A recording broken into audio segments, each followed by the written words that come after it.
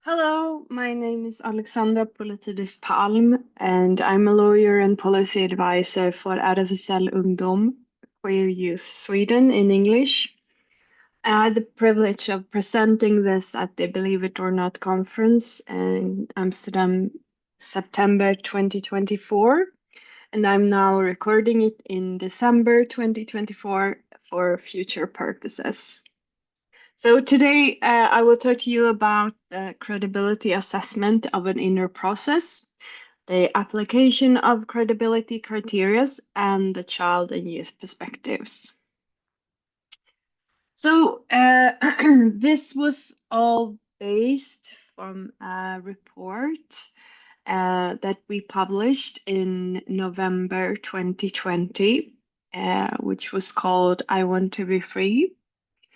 And uh, It was a legal review of asylum cases concerning young queer asylum applicants, but it was also 9 interviews with young queer people who had experienced the asylum process in Sweden. I will now focus solely on the legal review. And I will also mention that I'm in the process of updating it because there's a lot of new research coming and um, also making it a bit more detailed and to have it only as a legal review and not mixed as together with these interviews. But the recent question was basically to see which credibility criteria are used in such cases, but mostly how the credibility criteria are applied in such cases concerning youth. I analyzed 29 asylum decisions and appeal court rulings from the same cases. I did not review the protocols from the interviews, so my results or my conclusions are not whether the conclusions in the decisions were correct or incorrect, but rather how the credibility criteria are applied in these kinds of cases. And why? Why look at how the credibility criteria is applied? Well, I actually used to work as a case officer and as a decision maker at the Swedish Migration Agency before starting my position at RFSL Ungdom Queer Youth Sweden. I knew I had seen a lot of stereotypes occur, but I was very much convinced that this is something that will always be the case in all kinds of legal fields.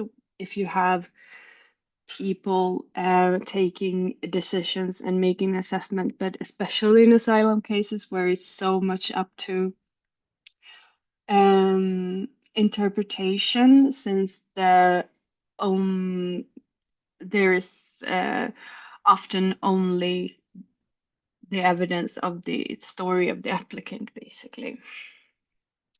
But I wanted to see, since I had read a lot of other research about stereotypes in such cases, but I wanted to pinpoint exactly where in the assessments that the stereotypes are, so to speak, invited, because the system have to be designed in a way that you limit the stereotypes that do exist in society, but you limit its effect in these kind of legal cases. So in order for them to occur so strongly as we see in such cases, there has to be somewhere that they actually are invited to take place. And I wanted to pinpoint where. So I based this review on the method of another legal review conducted by the Swedish Center for Refugee Law. And they had actually made a review seeing which are the most commonly used credibility criteria in asylum cases in general. So I chose to look at 4 of those criteria, see how often they are used in such cases, but also how they are applied. So these criteria are level of detail, consistency, general credibility, and realism, which is also can be called plausibility. So when it comes to the level of detail, it is used in every case I reviewed. And it is used mainly to reject claims due to lack of detail concerning the inner process. And this is going against both national and UNHCR guidelines that highlight the fact that there's no right or wrong answers when it comes to applicant's personal experience. But that there is a right or wrong answer is something that becomes apparent in the review of these cases. So these criteria, it come from forensic psychology and criminal law. It is based in research, but only when it comes to events that have occurred in the physical world. For example, being witness to a robbery or someone escaped from a prison. There is a connection between how detailed is your story about that event and the um, how credible your story. How likely is it that you actually saw what you say you saw? But this criteria is used when it comes to inner process.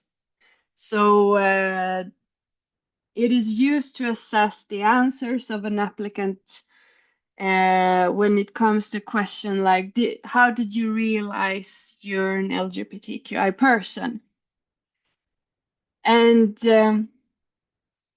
this is not something that has occurred in the physical world, that you realize that you are a queer person is not something that also have an objective truth to compare your statement against. So the paradox with these guidelines, both national and UNHCR, saying that there is no right or wrong answer, the paradox is that, well, the credibility criteria does not work if there isn't an objective truth. So how come this criteria is used anyway? And I thought this was very interesting. And I mean, there's also a guide that has been developed by Gothenburg University in Sweden to help case officers and decision makers in these assessments when it comes to the use of the credibility criteria. And I was so curious because the level of detail is a very recommended credibility criteria in asylum cases. But the only examples that I found in this guide was connected to real events taking place, like the physical world. It was not mentioned at all that it can be used for inner process. And this is questions we are not only seeing in Soji's cases, but also when it comes to people who have converted from one religion to another. So they also get these kind of questions. And I actually wrote to one of the authors of this guide at Gothenburg University and asked, is it based in research that you can use this credibility criteria for inner process? And she said no. And this is one thing why it's so interesting that we still, I feel like no one is really talking about this, but how come that we can accept a credibility criteria being used for inner process when it has it's not based in research at all. Probably it's just used because it is used so widely in other asylum cases. But in other asylum cases, you don't have this indirect demand of an inner process, which is a problem in Soji's cases. And it is connected to the widely spread use of the dish model.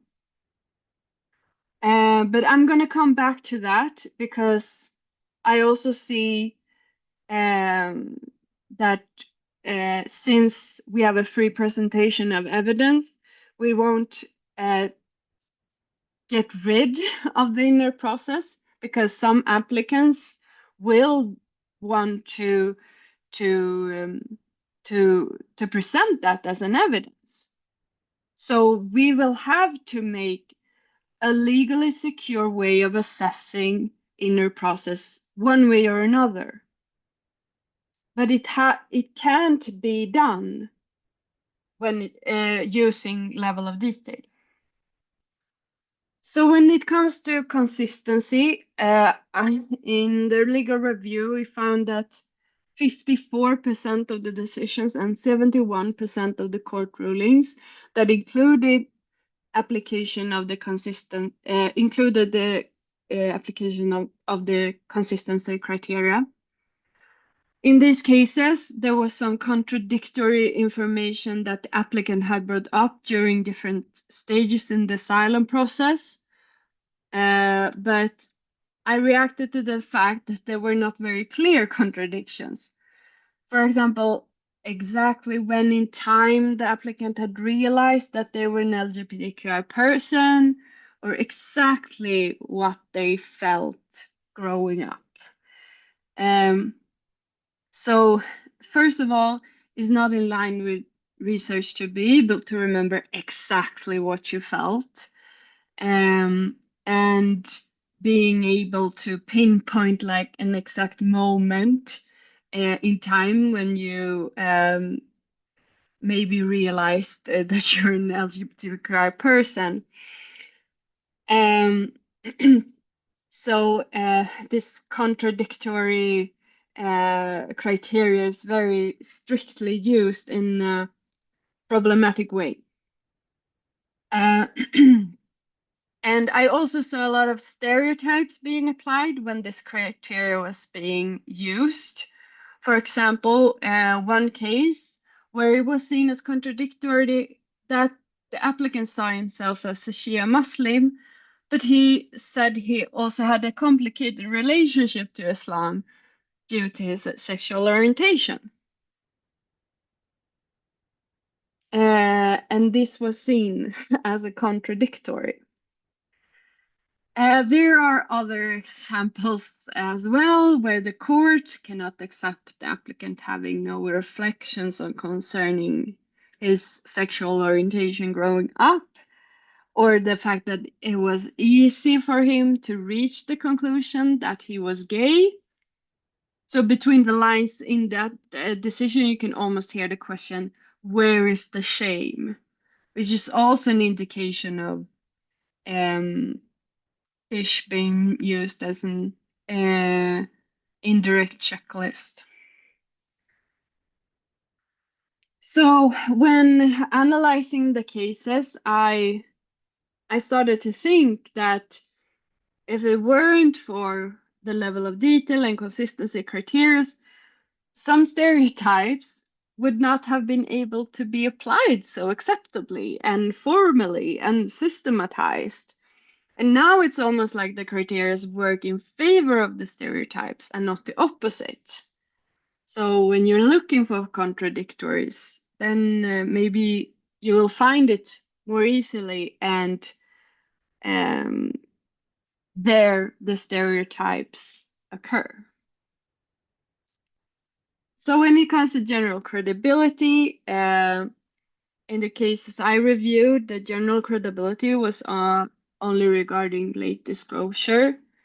And according to this guide from Gothenburg University, this was not a recommended criteria for case officers and decision makers. And this is because it's a very subjective criteria. And when it comes to late disclosure in particular, we already know from my colleague at RFSL, our like parent organization, Aino Grandal, and her research, we know that late disclosure is being applied incorrectly in Sweden. And my and Aino's review actually were published just a few weeks from each other. So, but basically it just reinforced our both our conclusions. But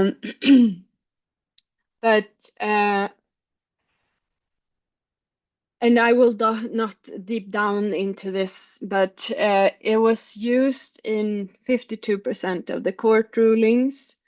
And this indicates that it is not being used very strictly, as is recommended in this guide from Gothenburg University. It is also mentioned together with the ABC case a lot, but just concluding that it's just one factor that makes the applicant not credible and not being the whole reason for this conclusion. But I still think that it is very suspicious because it's used in so many of the cases. So it should be more strictly used. And so there's an indication that maybe it is just like something that is written in the case, but that in fact it had a lot of effect on the outcome, that it was a late disclosure. And general credibility is the perfect example of where other stereotypes can take place.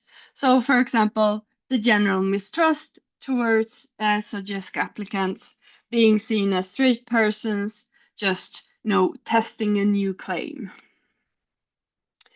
So the last credibility criteria that I reviewed was realism or plausibility. And this is not recommended at all from the support guide, or it's supposed to be very, very, very, very strictly applied. I usually give the example of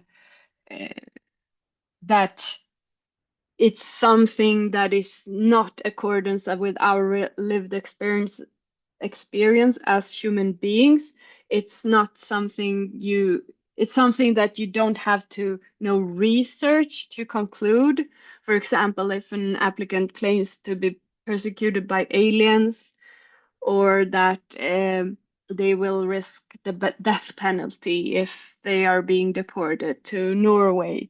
So we know for a fact that Norway is not applying the death penalty, uh, or that anyone is of risk to be persecuted by aliens. Not yet, at least. Um, but and actually, um, the Swedish Refugee Law Center, in their research, it was the third most commonly used credibility criteria, which actually surprised me because it is not recommended to use it almost at all, but it's still such a commonly used credibility criteria, even when you don't look at suggest cases specifically. Well, in my review, it was 71% of the decisions in the migration agency and 71% in the court rulings. So a bit higher. And it's when I looked on how it is used, once again, I could see the patterns of stereotypes and prejudice brought up to a systematic use thanks to this criteria. And in many cases, it was the authorities that believed contradiction between religion and sexual orientation, once again.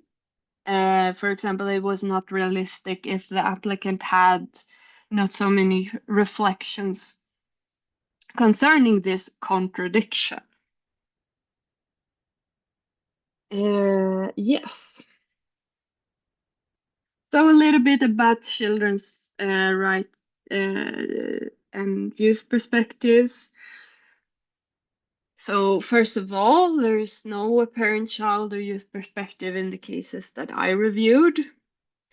There was only one case that concerned a minor, but all of the persons in the cases, like all of the applicants, were under 20 when they got their first decision.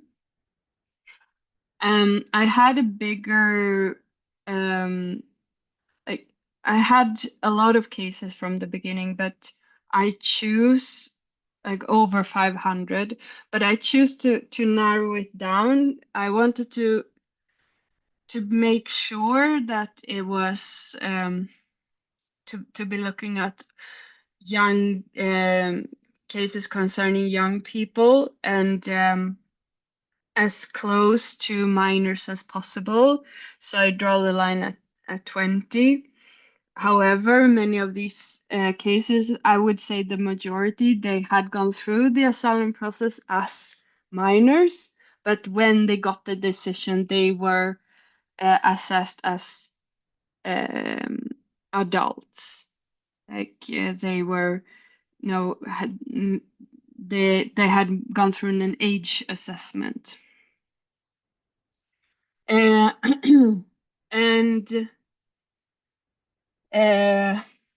I still think that we can talk about both like children's rights, but also the youth perspective, because what can really be expected of children and young people when it comes to answering these kind of very abstract, very difficult, reflective questions. It can be very, very difficult even for adults to answer them if you don't have the experience or to talk about or reflect about your life in that way. So it can be also more difficult for children and young people just because of mere like lack of experience, lack of also time from like sometimes distance can create um, it make it easier for you to wrap your head around what you've been through or what you felt. And so just the time aspect there can be of relevance, but also that maybe you cannot answer some of the questions that are expected of you to answer.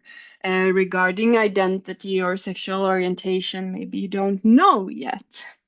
That we expect like that that is supposed to be okay for children and young people that don't apply for asylum to not know everything and exploring, being free to not be sure, but within the asylum system, children and young people are expected to know exactly, um, and also to follow a certain narrative when it comes to their asylum claims and how they tell the story of what they've been through before. So this is something that uh, is very important to strengthen going forward. And I have two quotes here, but basically I can just read the first part of the first quote. The migration agency assesses, despite difficult circumstances, to place higher demands on your ability to talk about your thoughts and feelings related to your sexual orientation. So here it's very outspoken that um, that despite these difficult circumstances, and also uh, I think that they are referring to the fact that the person will be assessed as an adult, uh, actually means that they place higher demands on the ability to talk about, for them to talk about their feelings, thoughts and feelings, which is very, yeah, it shows basically how this there's a lack of understanding for children and youth going through the asylum system. So my concluding remarks is, and I don't say this to be provocative, but I have this feeling sometimes that we always land in more education as the solution for more legally secure asylum process um, for LGBTQI persons. As I said in the beginning, it's I don't think that it's you will I think that the system have to limit the way that stereotypes can have an effect of the outcome of a decision, and certainly not be like the credibility criteria cannot be invitations for the stereotypes to occur. So my I propose that we take into consideration that it's not only like case officers and decision makers with prejudice about queer people that is the problem, because that will we will never get rid of that because it will always exist in society in one way, but we can limit the way it actually has an effect for the outcomes of these cases. And one way to do that is to limit the use of certain credibility criteria. So that would mean direct restriction of the use of detail and consistency in parts of the applicant story that concerns inner process. So this becomes complementary to the fact that you cannot have a demand or indirect or direct that the applicant should have gone through an inner process. That is like this first step, of course, but we will not, since we have the free presentation of evidence, some applicants will want to present that as an evidence. So we will have to make an assessment at some point. And these assessments should not be done using level of detail or consistency when it comes to inner process. Also, there's new exciting research coming from Uppsala University in Sweden. It's like statistically secure data of 3,600 suggest cases. And there's a lot of interesting conclusions in that research. It's being peer reviewed currently, but will hopefully be published soon, so you all can read it. But one of the main conclusions there is that internal emotions are not verifiable. So if we're gonna continue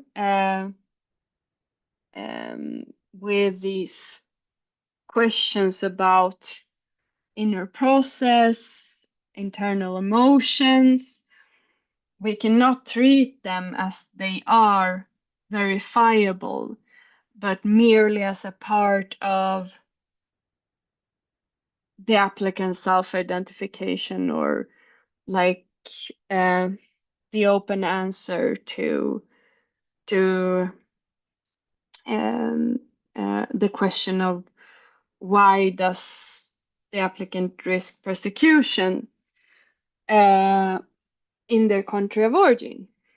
But I don't think that we can say at this point focus on other parts of the story. I believe that one very clear way of limiting the questions about inner process would be to say you cannot use these criterias. Because that will automatically mean that less focus is given to the inner process. So since the conference, EUAA has released their practical guide regarding suggest cases. I cannot find anything in that guide saying that it wouldn't be okay to use the level of detail and consistency when it comes to inner process, which I believe is a problem because it's not based in research. And now we have also new research stating that fact very clearly, with also statistically secure data, which is very unusual for such cases to have. like research concerning such cases. In my opinion, this would be a very concrete way forward in order to reduce the stereotypes in such cases. We need to approach this not as an education problem, like we have to approach it as a systematic flaw. Of course, there are parts that can be solved through more education. Those are the parts where the law is very clear, the guides are very clear, but in practice, it is applied incorrectly. For example, late disclosure in Sweden, as is pointed out by Aino Grandal in her research, um, and many other examples. Also, in some extent, when it comes to child and youth perspectives, there is clear sayings in the guidelines and also in the new practical guide to take into consideration the applicant's age and maturity. It's just not being done.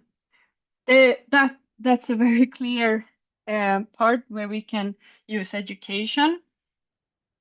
But when it comes to the application of credibility criteria, we need to have to complement with other solutions as well. So I'm going to stop here. Thank you so much for listening. And please feel free to reach out to me if you have any questions or comments. And I wish you a good day. Thank you.